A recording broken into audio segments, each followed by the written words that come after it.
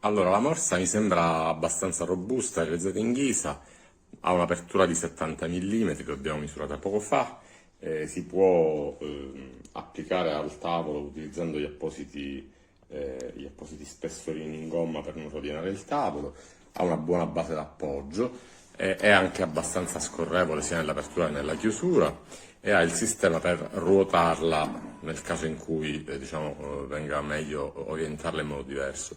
Questo è il sistema di bloccaggio, è molto preciso e la morsa è molto molto salda.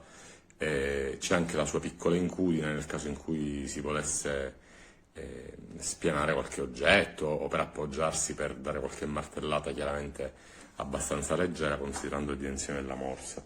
Io sono soddisfatto, dico, per il prezzo di acquisto direi che va benissimo.